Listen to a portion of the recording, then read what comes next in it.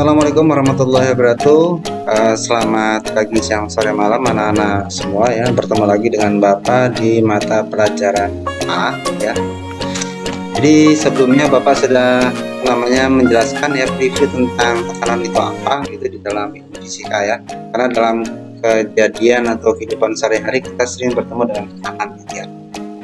Nah, ini yang ada di gambar ini adalah contoh dari salah satu tekanan ya kan, tekanan yang ada di dalam perut bumi ya. Kemudian dia melontarkan air atau bisa juga lava dan seterusnya. Nah, karena tekanan ini adalah konsep, sedangkan di fisika itu kita bicara tentang fisik, maka nanti tekanan diaplikasikan pada fisik benda atau wujud benda. Di sini ada 3A, ada tekanan pada zat padat, kemudian tekanan pada zat cair, dan tekanan pada gas. Nah, apa yang disebut dengan tekanan ya kan? Jadi tekanan itu adalah penyebaran gaya ya, atau tekanan itu akan muncul apabila ada gaya yang mengenai suatu luas permukaan. Kayak misalnya Bapak memberikan tekanan ke pipi Bapak gitu ya, maka nanti harus ada gaya nih, yaitu gaya otot yang mengenai luas ya, kemudian muncul tekanan. Tapi kalau misalnya tekanan atau gayanya tidak mengenai luas permukaan, maka nanti tidak menyebabkan tekanan. Nah, gitu ya. Jadi tekanan ada beberapa gaya di suatu daerah. Nah, gaya ini mengenai persatuan luas.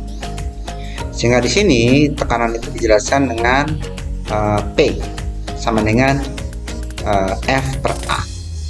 Itu berasal dari istilah bahasa Inggris, yaitu pressure. Pressure itu adalah tekanan. Ya. Press itu menekan. Sehingga lambang besaran tekanan dalam fisika adalah P. Asal katanya itu dari bahasa Inggris, yaitu pressure. Dan gaya itu dia lambang besaran ada F, dari istilah bahasa Inggris juga, yaitu apa? Yaitu force. Force itu kalau kamu cek di bahasa Inggris itu adalah tarikan atau dorongan, sehingga gayanya adalah tarikan atau dorongan yang diberikan kepada benda dengan satuan itu adalah newton.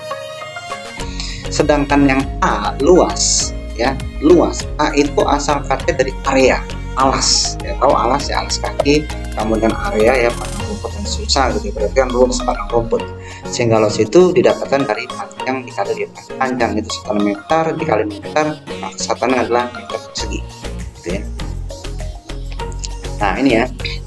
Sehingga untuk rumus daripada tekanan itu adalah P sama dengan F dibagi A, dengan konsepnya bahwa tekanan itu adalah gaya yang mengenai suatu luas permukaan pada benda. Ini kita ngomong benda.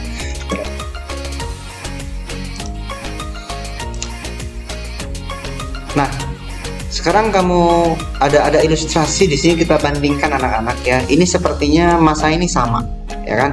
Jadi ada massa 1 kg dikali 3 berarti 3 kg, tapi di sini dia itu dipasang 3 balok secara horizontal.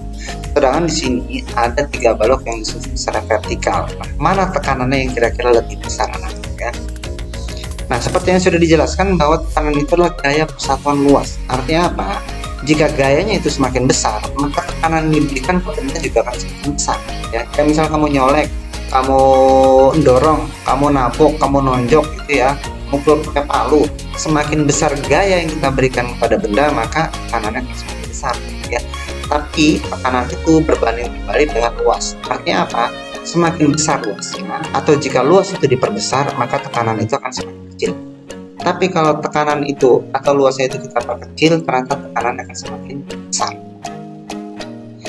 Inilah yang menyebabkan anak-anak ya, kenapa kalau kita atau kalian yang perempuan itu menggunakan sepatu high heel dengan sepatu sport itu lebih cepat capek pakai sepatu high heel. Kenapa? Ujungnya licin. Sama dengan di sini, mana yang paling luas itu berarti yang tekanannya paling kecil, dan mana yang paling kecil luasnya maka dia tekanannya paling besar. Sehingga kalau pertanyaannya mana yang tekanannya itu lebih besar, maka adalah benda dua. Kenapa? Luasnya paling dengan perhatian. Nah ya, sehingga luas gaya yang mengenai suatu permukaan juga akan disebarkan ke seluruh permukaan ya. Sehingga semakin luas permukaannya maka tekanannya akan semakin besar. Oke, lanjut anak-anak ya. Nah, sekarang mana yang tekanannya lebih besar ya, masanya lebih besar yang A, sedangkan di sini yang B itu cuma 3 kg. Nah, di sini penjelasan ya. Oke ya. Jadi sekali lagi ya, walaupun massa lebih besar, tapi kalau luasnya juga diperbesar berarti dibagi 3. Maka di sini dia memiliki tekanan yang sama besar. Ya. Karena garis gaya tersebar sama rapat pada kedua balok, maka tekanan A dan tekanan B sama besar. Lanjut, ada contoh lagi ya, ini contoh yang sama, jadi seperti anak-anak ya. Penjelasannya juga sama, yaitu garis gaya lebih tersebar lebih rapat pada balok A, sehingga tekanannya lebih besar di balok A, dan juga massa kan lebih besar misalnya, yaitu 6. Kemudian contoh aplikasi tentang konsep tekanan itu juga kita bisa lihat di kaki ayam dengan kaki bebek itu. Kita sering melihat bebek itu jalan di sawah, ya kan? Tapi kita mungkin hampir nggak pernah melihat ayam itu jalan di sawah. Kenapa? Padahal kan ayam makannya itu kan beras, padi. Kenapa kok nggak mau makan padi gitu ya? Alasannya ada di kaki anak-anak. Jadi kaki bebek itu dia memiliki selaput, sehingga apa? Luas permukaan itu lebih besar. Ya, karena yang namanya ayam sama bebek itu kan sama-sama unggas, ya kan? Artinya memiliki berat yang sama. Ya, cuma karena di sini kaki si bebek lebih luas, nah di kaki bebeknya ini lebih luas ya dibandingkan dengan kaki ayam yang tidak memiliki selaput. Artinya apa? Karena menghasilkan ke badannya, ke lumpur itu dia menjadi lebih kecil, sehingga bebek lebih mudah untuk jalan di lumpur dibandingkan ayam. Apalagi kalau kucing jalan di lumpur, pasti dia akan keceblok atau lebih dalam, lebih sulit jalan. Nah, itu alasannya. Kemudian yang selanjutnya kita akan bicara tekanan pada air. Di sini konsepnya adalah disebut tekanan hidrostatik. Hidro artinya air, statik artinya adalah yang, sehingga tekanan itu adalah tekanan yang dimiliki oleh zat air yang diam. Ya, kenapa Bapak kasih contoh di sini ada gambar selam gitu ya? Karena memang kalau kita menyelam di kedalaman air, semakin dalam airnya, maka semakin besar tekanan yang diberikan ke tubuh kita oleh air.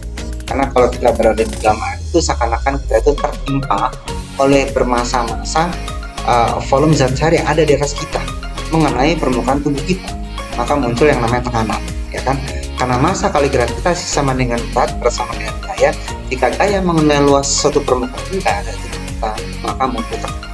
Ini yang menyebabkan kenapa kalau kamu berenang di kedalaman 1 meter dengan kedalaman 3 meter, ya kan, lebih sesak kamu berenang di kedalaman yang 3 meter. Sesak, kemudian kepala pusing, sakit ya, kupingnya berdengung dan seterusnya. Itu adalah salah satu contoh atau gejala dari tekanan hidrostatik itu. Nah, ini tadi udah dijelasin gitu ya. Penyelam yang menyelam sangat dalam, telinganya akan merasa sakit, maka harus menggunakan pakaian khusus. Di kolam renang saat kita menyelam, telinga kita tidak apa-apa karena beda ke dalam rasanya ya.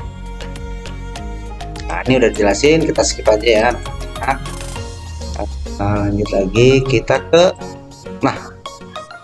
dari mana persamaan tekanan hidrostatik itu ya? Tadi Bapak udah menjelaskan tentang tekanan pada zat padat ya, bahwa tekanan pada zat padat itu adalah gaya persatuan luas atau sama dengan ini kalau kita bicara tentang teorema ya, yaitu hubungan antar rumus pada tekanan zat padat yang akan kita turunkan menjadi rumus pada tekanan hidrostatik. P sama dengan F bagi A. Dan kita ketahui bahwa nilai gaya itu sama dengan nilai berat. Maka mereka memiliki satuan yang sama, yaitu sama-sama Newton, persatuan luas. Berat itu apa? Berat itu ada nilai M yang dikali gravitasi.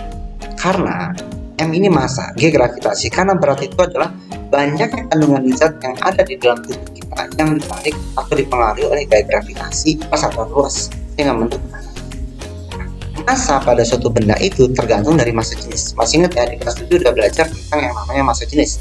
Massa jenis itu adalah perbandingan dari banyaknya massa dan volume yang dimiliki suatu benda ya. Sehingga kalau nanti ditanya itu adalah M atau nilai M ini bisa kita ganti dengan nilai massa jenis dikalikan volume gitu ya. Maka M hilang diganti rho kali V dikali G dibagi A ya. Nah, apa itu volume? Kok ini jadi A? Nah, ini ya, ceritanya gini, volume itu kan kamu ketahui didapatkan dari panjang kali lebar kali tinggi, ya kan? Panjang kali lebar itu sama dengan nilai A. nilai luas dikaliin tinggi itu kalau di atas permukaan air atau permukaan tanah namanya adalah ketinggian, ya kan, ketinggian. Tapi kalau nanti di bawah permukaan tanah atau air namanya adalah kedalaman. Sehingga nilai T bisa kita ganti dengan nilai H, ya sama-sama nilai daripada besaran pokok. Sehingga di sini persamaannya menjadi A sejenis rho dikali A kali H dikali G dikali A. Ini ada satu besaran yang sama. Ingat anak-anak ya, bahwa semua bilangan atau sebanyak apapun bilangan jika dikalikan oleh bilangan itu sendiri maka hasilnya berapa? 1, ya. Bilangan apapun kalau dikalikan 1 itu kan tidak berubah nilai, ya kan. Maka nilai A ini bisa kita coret, ya kan, coret sehingga nanti rumus menjadi seperti ini, yaitu rho kali H kali G. Nah, nilai rho kali H kali G ini itu disebut dengan tekanan hidrostatis, ya. Sehingga tekanan hidrostatis itu didapatkan dari banyaknya massa jenis benda dikali gravitasi dikali H. Tekanan nilainya dikali artinya searah atau sebanding, sehingga 3 besaran ini jika kita naikkan maka akan menaikkan nilai tekanan pada zat cair tersebut, ya. Oke, sepertinya itu aja yang bisa Bapak sampaikan pada pertemuan hari ini, ya. Kurang lebihnya Bapak mohon maaf, ya. Jika nanti ada kekurangan atau kesalahan-kesalahan dalam konsep pada Bapak menjelaskan, silakan kalian tuliskan kritik dan komennya di kolom komentar, ya. Kemudian jangan lupa di like, ya, kalau bisa ya di share, kalau nggak bisa ya minimal kalian subscribe channel Bapak. Oke, ya. Sampai ketemu lagi, dadah. Assalamualaikum warahmatullahi wabarakatuh.